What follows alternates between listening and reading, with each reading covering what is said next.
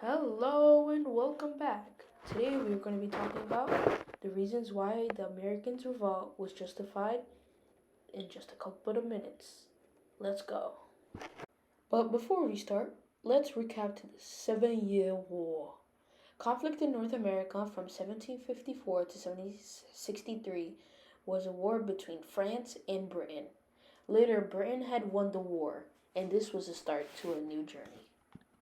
Nearly after the 7-Year War, Britain was in great debt, so they decided to make acts. These acts consist of taxes that the colonists had to pay.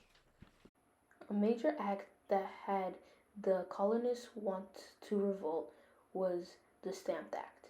It was a law passed in 1865 when Parliament required all legal and commercial business documents to carry an official stamp.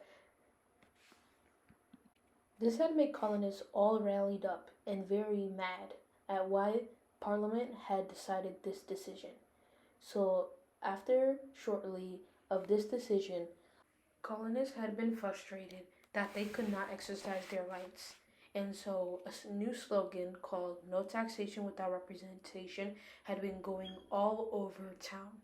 Everybody had been protesting and trying to exercise these rights. An activist group named the Sons of Liberty had came out and done something rebellious. It was the night of 1773, where Sons of Liberty had dressed up as Native Americans and went out to docks and dumped almost 100 chests of tea into the ocean. But the colonists did not get away with this.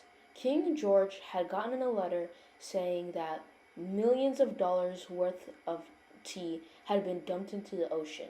He was furious. I'm telling you, furious. After this, he had closed all Boston port and made the intolerable acts. These acts were the worst of the worst. All colonists wanted to do was make a statement and be a part of the Parliament, but Parliament did not allow them to exercise their rights that are God given. According to the Declaration of the Independence, it states that all men are created equal, that they are endowed by their Creator with certain unalienable rights, that among there are life, liberty, and purity of happiness, that to secure their rights governments and it is rights of the people to alter or to abolish it.